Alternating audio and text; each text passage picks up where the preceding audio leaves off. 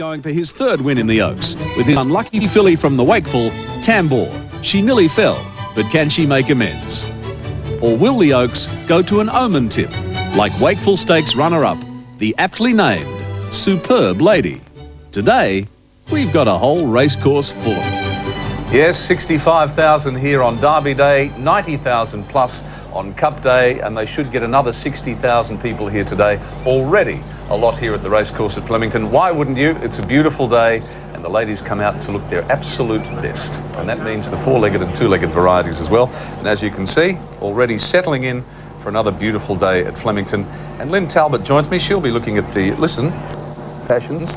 There's not room enough in here for the three of us. That's right, move over. Look at this dress, it's magnificent. It's a Mariana Hardwick number. Yeah. Grace Kelly style of the 50s, and that will be the flavour of the day. And we're looking forward to another great day of racing and fashion on what is traditionally Ladies' Day.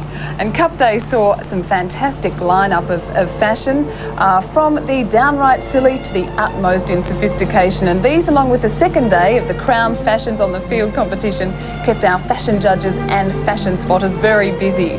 Today we'll be talking to Miss Australia, Suzanne Harwood. We'll be chatting to Ronnie Burns and his new lineup of rock musicians and many others. We've also got a very big surprise for everyone, and that's the undergarments that are worn on a day like this. So we're looking forward to that later in the day. Saw them at the Logies. They are fantastic. Fantastic. They're great it's a performers. Great, yes, they are indeed. Look forward to it. See you out and Indeed. about. Once again down in the 10 marquee, where she will have a passing parade. Our marquee's just down in the members' car park, just in case you're wondering. Here's Sandra Sully. Yes, Tim, it is going to be another wonderful day here at the marquee area. As you can see, I'm surrounded by all things pretty and feminine, as it should be on this Oaks Day. Beautiful flowers, plenty of good food and plenty of champagne. As for our special guests, we'll be catching up with some of the stars of Sunset Boulevard. We're also going to be meeting Kelly Abbey, who's just landed the lead role in Sweet Charity, which opens in January. We'll be talking to Human Nature, the Aussie band who's rapidly rising up in the charts in Australia and abroad. And we'll be meeting Daryl Braithwaite, the host of the heart-rendering special on 10 this weekend, Dreams Come True. As usual, Tim, this is a place to be, I think, at Flemington, so we look forward to catching up with you throughout the day. Sandra, yes, it's not a bad job you've got there. And Tim Bailey, Tim Bailey will be out and about as usual. Now, Timmy, a fella from Queensland, are you listening to me? Can you get me? Yeah, I've got you, yeah. A fella from Queensland told me yesterday it's his first time at the Cup and he'd brought the weather with him. And I said, well, mate, good on you, because it's been fantastic. Oh, has it ever, Timmy? It's beautiful. Oaks Day, Ladies' Day. This grin, I think it'll be travelling with me all day. For the ladies, well, is it fashion or is it fillies? I think it's just famous Flemington and all about looking fabulous. The weather is certainly doing that for us. We've got plenty of sunshine, folks. A fine day today, partly cloudy, around about 18 degrees. We'll have a southeaster, keeping things cool. Gee, it's unfortunate being one of the only men out here strolling amongst the women, Tim. It really is. I can't think of a better place for you to be than in the studio, and just leave it all to me, mate. I'll do the job for you. Timothy, thank you. Don't you worry about it. When I finish with the commitments here, guess where I'm going? Straight outside, do a few intros out there. Well, our panel have been, tipping plenty of winners this week, I can tell you. Jenny Chapman's had a blinder. I'll discuss the Cup first. Peter Donegan, as I come down to you, I've read this morning Oscar Schindler jarred up a bit, but that fabulous horse, Saintly, has come up a treat. He certainly has, Tim. Good morning, everyone. Yes, Saintly is off to Japan. He'll be Australia's lone representative. Oscar Schindler now not going to the Japan Cup. But we do have memories of that great day on Tuesday. A much more relaxed day today, Crown VRC Oaks Day. And the atmosphere is really one that I enjoy. I know the panel enjoys it too. So let's welcome them. Jenny Chapman, Richard Freeman, John Letts, good morning to you. Morning, Pete. Good morning, Pete. Howdy, Pete. Thanks for your enthusiasm there, Rich. Now, Jen, Saintly. The reception he got the other day, wasn't it terrific? Fantastic reception. It's really hard not to get caught up with all the emotion of Cup Day, isn't it? Bart Cummings winning his 10th Melbourne Cup with such a great horse. I think he's mighty, and I think he's going to be extremely hard to beat in the Japan Cup. I'll tell you what wasn't a bad run in the Melbourne Cup, Richard Freeman, that was De Remus. Well, I thought he was the unlucky runner of the race, actually. His performance was as good as you'll ever find in a Melbourne Cup. Just got a long way back, you know. A bit unfortunate. The outside barrier, I think, really beat him. Let's see, just before I get your opinion about the overseas horses, there was a bit of a mix-up the other day, unfortunately, on Cup Day, just before we came on air, and we have proof of this because John Letts and Tim Gossage actually got their clothing mixed up. And unfortunately, this was the result. Oh, no. Now, Didn't you realise that was Tim Gossage's coat? No, because he had one pen on the inside pocket and so did I. Well, he actually finished up wearing your coat too, and I think we've got the proof of that as well. Now look at that. Now what's going on here? He walked funny too, you know. He always walks funny. Kitty from Wardrobe is down there trying to coordinate everything, and you go and do something like that. Gee, my knees were warm. And his back was cold. Now on to the serious business, the overseas horses. What did you make of their performances? Oscar Schindler was, well, there's only one way you can describe his run, and that was disappointing. Disappointing, Pete, yes. Grey Shot, I thought, was a terrific run in the race to try and lead all the way. I thought Pat Etery rated him beautifully in front. I think next year, if he comes back again, Grey Shot's got to be a chance in the Melbourne Cup on a little bit, you know, softer track. Terrific run. I thought Court of Honour was disappointing, and so was Oscar Schindler. But I'm along with Richard. I think Doremus, it was an exceptional run. Well, let's go back to 20 minutes after 3 on Tuesday afternoon as the nation came to a standstill for the running of the Foster's Melbourne Cup. And we can pick out Doremus here as they come out of the gates. Rich, the shot from up above, identify him for us. He's about 4 from the outside, and you can see him starting to cross from the outside to the inside rail. If you notice, he's right in the middle now, and he's coming further across. And that's the problem. That's where I think Damien, if he makes a tactical error, that's probably where it was. Richard, you don't think... sorry, I was going to say Count Shivers, because he drew barrier 14, and watch how Stephen King gets him across to the rails. He's in those red colours with the blue stripes on the sleeves there. He's about to get across to the fence, and Richard, I'm sure you must have been extremely happy with his ride. Well, that was lovely, you know, him getting into that position midfield on the fence. It was a very fortuitous ride, really. Stephen got a bit of luck. Damien didn't have much, and it's very hard to get a good position from those outside alleys. First and second place getters are following each other all the way, nearly, aren't they, there? There were 3 actually perfect rides in the race, really, and they're the second horse on the fence, the third horse on the fence, and the fourth horse on the fence at the moment. You'll see them turning out of the straight here. It's Nothing Like a Dane sitting third on the inside. Following him is Saintly, and following him is Count Shivers, and they all were 10 out of 10, I thought. They were brilliant rides. Shane Dye rides well in this race nearly every year. He's a very good rider in a Melbourne Cup. You know, last year's ride was sensational too, wasn't it? It's very hard for Damien here, going past the 2,000 metre mark, to make up his mind whether if he goes forward, he's with 58, he's going to be 4 wide, 3 and 4 wide.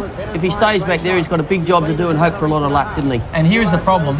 The pacemaker, which is Grey Shot, he's just bowling along out in front there, Pete. He's not doing any work at all. Yeah, it was just steady, wasn't it? Yeah, it's just a steady, lovely, easy pace. Fewer Chosen is running second. Of course, he weakened out of it, probably just suffered a bit from that hard run on Saturday. Senator's run was good too. We'll see him getting back worse than midfield at the moment, but look at that shot as they go down the riverside, and that's Grey Shot in front. Nothing Like a Dane sitting third on the inside of the stablemate Fewer Chosen. That's Super Slew racing up. Saintly on the inside. Let's go through them here. That's Fewer Chosen. That's Nothing Like a Dane third on the inside. Super Slew is fourth. And then about a length and a half, Saintly just jog-trotting there on the inside of Court of Honour. Then you've got Setico 3 deep around Alcove and Count Shivers. The Bandit pulling a bit on the inside. That's Mike Cougar Gold on the green. Senator was on the inside of him. Oscar Schindler in the nose roll. Arctic Scent in the green pulling. Skybow back on the outside of Doremus. Sapio, Cheviot and Boart was at the tail of the field. Well done. Oh, it's the old race caller coming out, isn't it? Peter, I just looking at the replay of the race after, I think that this is one of the cleanest Melbourne Cups that I've seen, and the pace has gone on here. The pace has gone on. Now. But Richard, this horse, Saintly, that won the race, didn't he get a beautiful run from the home turn? Darren came out. There was no pushing to get out, and he got out beautifully and was ready to go when he wanted to. It's actually a good point. Now watch Saintly here in the yellow sleeves, just angling across. Yep. And Count Shivers follows him straight through. Straight out. Now, the other thing was, if he had sat near the inside, Pete, he probably would have got a run as well, and how far would he have won by then? Well, that's true, but you can't afford to do that in Melbourne Cup. Have a look at old Doremus back there in the pink cap. You can hardly see him between horses, getting held up by other horses, and he'll make his flashing run soon. Watch the other horse in the pink cap on the left, Skybow, getting home. Wasn't he a run? Great run. He was a great run, Pete. The only thing is, with a lighter weight than Doremus, I thought, well, if you put 50 on Doremus, he'd have gone home as hard too. Exactly right, but the winner was the best horse in the race, trained by the best Melbourne Cup trainer we've ever known in JB Cummings, Cup number 10 for him. It was a wonderful race, a great ride by Darren Beedman, tremendous scenes of elation after the race, and there was a huge roar went up from the crowd as he came back, and he deserved every minute of that applause and the adulation that he got from the crowd. He is a wonderful horse, he's so relaxed. Bart said yesterday that Darren actually had to click him up behind the barrier just to wake him up because he was just lolling around half asleep. He was asleep There's at the barrier. Bart on screen having a little bit of a tear. Yeah, the last time, what did he say before the Cox Plate? He said it was in a dust storm one day. At Balaclava. But I said to Bart, I said, a little bit of a tear in your eye, Bart. He said, gee, these shoes are tight. Well, that's the Melbourne Cup from Tuesday. We're looking forward to today's program and the all-important track condition. We know it's going to be in fine shape, but perhaps the most important piece of information we can get, is there any difference between the inside and the outside? Is the inside getting quicker? Well, to find out, let's go down to the track and join Dan Malicki and Gary Willits. Gentlemen, good morning to you both. And likewise, thank you very much, Pete. Yeah, it is the big question. The track rating is good. It's actually a perfect surface, probably firmer than what it was on Tuesday. Well, Dan, I'd like to congratulate Ross Bradfield and his men. I think this track is absolutely magnificent. We've had, 17 races over it. We're on the outside of the track here. I definitely feel this part here is the fastest part of the track. Now, we're talking about the outside rail just about. Yeah, the outside rail. But look, it wouldn't surprise me in a T-roll race if some of them go down the inside, because T-rolls are hard to get to the outside. Later on in the day, you've got horses like Sequalo in the Lithgow Stakes. We've got a southwesterly wind at the moment, which is blowing more or less right in their faces. And I'd be looking for horses that can just sit behind the pace. I feel that horses will be getting home today. And, well, Poetic King, I think he'll most probably go to the outside. And with Simon Marshall on, he knows how to do that, because we saw him do that a couple of weeks ago. So in summary, slight advantage on the outside, but not a big advantage as a lot of people are tipping. No, definitely not as much as the other day. And as I said, later on in the day, if this wind blows up like it is now, it's just, you can feel behind us now, it's really blowing us. And I would say some of them will come up the inside today. Okay, well, there you go, Pete. Hopefully that can be of help to our punters at home. Certainly will, Dan. Thank you to Dan Malicki and Gary Willits out there on the track. Time now to check the scratchings for today's Oaks Day program. And from the first event, the Neat and Trim Stakes at 5 minutes after 12, the scratching here is number 12, Lady of the Pines. A field of 19 to run, a big field. Race 2, the Sutcliffe Stakes at 12:45 is all clear.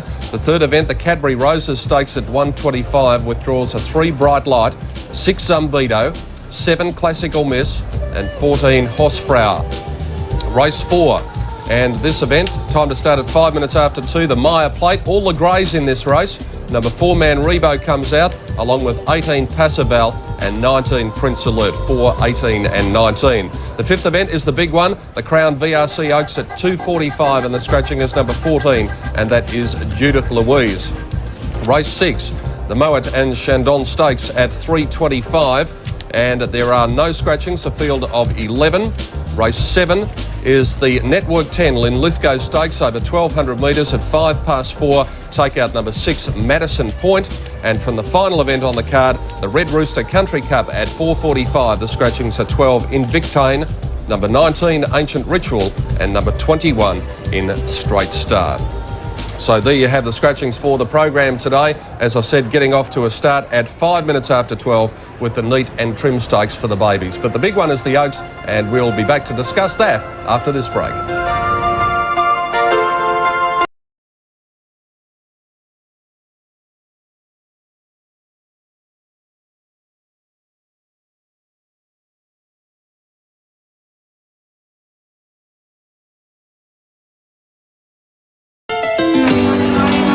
The 1994 Amy Victoria Derby, and a very special moment for the Hayes dynasty. Blevick, bred and part-owned by Colin and trained by his son David, won one of the most exciting Amy derbies in recent times. Blevick and hot favourite Damewin fought out an enthralling battle down the famous Flemington Straight, but Blevick, with jockey Rodney Griffiths throwing everything at him, proved the better stayer. This has been another classic Amy Victoria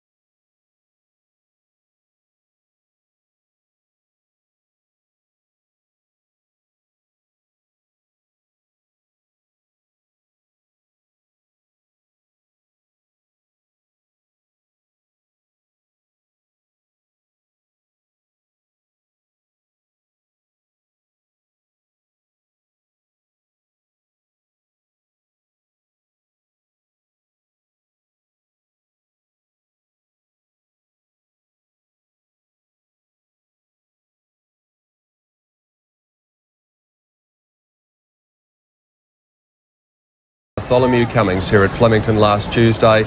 Lovely piece put together by Nicky Wilton and editor Marcus Maguire from the Foster's Melbourne Cup. Well, on to the third big race of the carnival, and I speak of the Crown VRC Oaks today. And let's get the thoughts of the panel. Jennifer, first of all, I suppose a lot resolves around Dashing Eagle, and can you forgive her for one bad run? I think you probably can, Pete. I haven't put her on top, but I do respect her chances, no doubt about that. I've got on top number 3, Denendri. I really thought she was well ridden by Stephen King last start, and I do like the way she settles in her races. I think she'll be able to run out this distance without too much problem. So I've got her on top. I put Dashing Eagle in. I think you have to respect her chances. She really has been going along very, very well this preparation, and she is all class. I put her in for second. And number 8, Angel's Image, who won the Geelong Oaks Trail. Very nice win there too. Now, Rich, I noticed in the paper this morning they're talking about a Norton bit on Dashing Eagle. What's the difference between that and a normal bit, and what does it do to a horse? The difference between a Norton bit and the normal bit is that a Norton bit's designed so that the horse can have more control by the jockey. The jockey has actually got hold of the horse's mouth. It may hurt the horse a little bit more if it pulls. So it's designed to stop one that won't settle in a long race to settle in the race. The jockey can hold it. So that's what the bit's for. And they're used quite often. In fact, I think Saintly might have had one on Saturday. Saintly had one on Saturday, and I think you find that Atalac had one on, and Bildale Ball had one on, and another horse I think Jern had. Yeah. So they're pretty popular, and they've got a good record in the Melbourne Cup. All right, just before we get your selections, Rich, we might have a look at the Wakeful Stakes from Saturday. And you would certainly think that it would be hard for Dashing Eagle to turn the tables on the stablemate Denendri if this race is anything to go by, but the gear change might make the difference. That's the winner, Arrow. Denendri about to hook around Dashing Eagle, in fact going for a split through with Assertive Lass on her outside. And Superb Lady running on pretty well, getting into second position. Now watch Tambor in the white cap here. She gets a pretty bad check. There was a lot of interference in the last 200 metres of this. I actually like the run of Tambor, and she's my tip. I think the problem for a few of these fillies will be coming up again after the very hard track on Saturday. Yeah. That track was a real bone jarrer, and some of these fillies are going to be feeling it today, I've no doubt. Okay, so what did you come up with? Well, I like Tambor's run, and I did think she got some interference, so I've put Tambor in on top. I think you've got to respect Dashing Eagle. I can forgive her the one run on the hard track. Maybe she didn't like the hard ground and she wanted to over-race a little bit. And I just say that Fairway Lass was probably a little unlucky the other day at Moonee Valley to lose the race. So, you know, I'd have to put her in probably for second. So I'll make a Tambor to beat Fairway Lass and Dashing Eagle. And our filly, D-Robe, if she settles in the race, well, she'll be an outside chance. Is it D-Robe or Day-Robe? Well, it's actually Day-Robe, to be honest. Well, why'd you call it D-Robe? Well, lots of other people call it. It's quicker. But, it's quicker. Oh, I got no answer for that. John Leach. Thanks, mate. And he hasn't tipped us any of his yet, so I'd be a little bit wary, Pete, you know. What's your selection? My selection is Denendri. I think Denendri can win the race. I like the way she finished off on Saturday. The Danehill filly, I think she'll beat the other Danehill filly, Dashing Eagle. I think the third will be Zaya. She hasn't had a run for a few weeks, but she's a very, very good filly when she's right. And I thought Tambor, to be ridden by Mick Dittman, will be the best outsider. Okay, well, I thought Dashing Eagle was certainly worthy of another chance. I thought if you forget about last week's run, her run in the 1,000 Guineas was outstanding, and she went to the line like a horse that shouldn't have any problems getting the distance. Calm Abiding and Superb Lady, the ones for me to fill the placings, and I think D-Robe or Day-Robe or whatever Richard Friedman's going to call it is probably the chance at odds. So there you have it for today, and just recapping, Jen, quickly on yours, it was Denendri. Yes, Denendri from Dashing Eagle and Angel's Image, and my roughie that I put in at very big odds is number 11, Countess Carmen. I think just the way this horse has been racing, she will get the distance. So just one at big odds if you're taking trifectas. Okay, so there's Jen's selections for those of you who've been following her and no doubt having a pretty good time over the carnival so far. Jen, best of luck today. Good luck with the hat and good luck with the runny nose. Yes, it's nice and runny today, isn't it? And Rich, the best of luck to you too. Thanks, mate. Do you think if we actually prayed for rain, we could order a few Superb Ladies to D-Robe? Oh dear. Oh, yeah, we better go. Pete, we better go, really. I think it's about time we did go after that. Isn't it? Tim, I think you should take it away, because how the hell are we going to top that? You can't top that, and I tell you what, I'm glad he said it and not me. Well, I tell you, Peter, it's a tribute to the people of Melbourne. You know, they're absolutely flocking in here. I've been out here for the last 10 minutes or so, and we should get the 60,000 people here today. But at this stage, we'll take a break and give you the first of Milton Black's horoscope tips for the day. Gemini, you'll be given a tip of your lifetime today. Take the plunge and blow the lot on horses with names suggesting investment, candy and water. Best colours, red diamonds or hearts, blue sleeves, black cap. Lucky numbers 1, 5 and 7.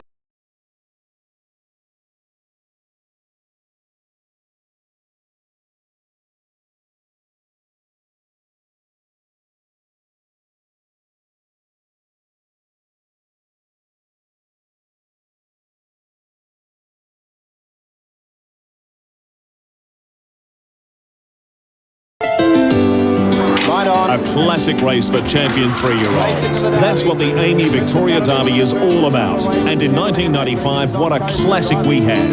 Octagonal and Nothing Like a Dane, a future racehorse of the year and a future Melbourne Cup favourite. Who would be the winner? The last 200 metres, Octagonal charges home, but Nothing Like a Dane hangs on. This has been another Amy Victoria Derby classic.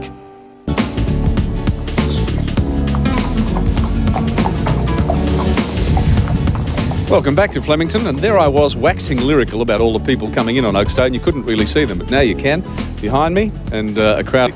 Listen, thanks very much for calling for our fashion competition. Apparently we've taken over 35,000 calls already over the carnival, and here's another chance for you to get involved just by dialing a telephone number. You can be a winner in our Oaks Day fashion competition just by calling 0055 if you know the right answer to this question. Which day of the carnival is considered to be the elegant fashion day for ladies? Is it A, Oaks Day, or B, Melbourne Cup Day? 2 winners will be chosen from callers with the correct answers, and they will each receive a great prize of $1,000 in fashions from Suzanne's. So ring 0055.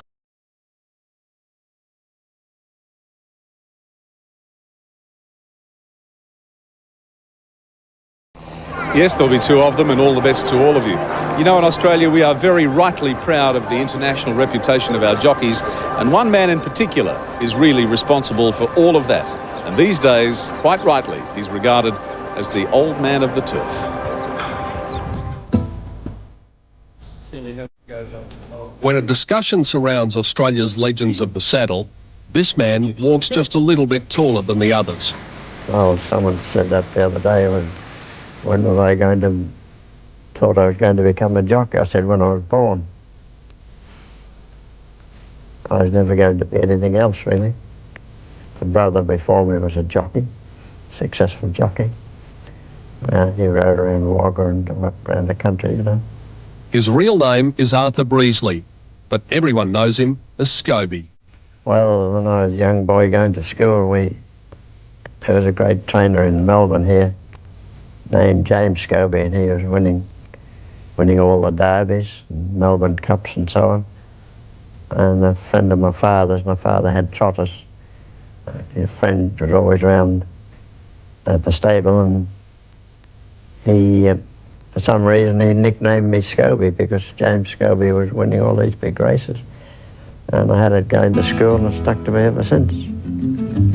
Born in Wagga Wagga 82 years ago, Scobie not only carved his name in Australian folklore, he rode for 2 decades in England and achieved all a jockey could achieve. He's best known here for his 5 Caulfield Cup victories, including 4 in a row between 1942 and 1945. But it was in England, at an age where many riders have already retired, that he hit his peak, winning more than 2,000 races, 4 English riding premierships, and twice taking the classic of all classics, the English Derby at Epsom. Remarkably, the race he never had much luck in was the Melbourne Cup. First I got Shadow King back in 1933, he was beaten ahead. And he was very, very unlucky. Should have won easily. As I would have been lovely to have won everything else in Australia, and I would have loved to have won the Melbourne Cup. But at least a great friend of mine years ago, when I first went to England, Ray Johnson, and I was telling him how disappointed I was in not winning a Melbourne Cup. And he said, Scobie, winning an English Derby is like winning 7 or 8 Melbourne Cups. So luckily enough, I did achieve a couple of derbies. Scobie's first win in the Epsom Derby was in 1964 on Santa Claus, and he followed up 2 years later on Charlottetown. To win it it was the greatest thrill I've had riding and in racing. But as I say, I was 50s and a grandfather, so I won it again when I was 52. But the first one was the greatest thrill I've had in racing. As I said, he was my Santa Claus. Yes, he's absolutely wonderful. And this is the scene out here, and this is how people come to the races, to Oaks Day, Cup Day or Derby Day. Set up a little table, a little blankie, the obligatory esky, of course, and basically have a fantastic time. Look at that. Oaks Day here at Flemington. We'll take a break with more of Milton's tips on how to back a winner.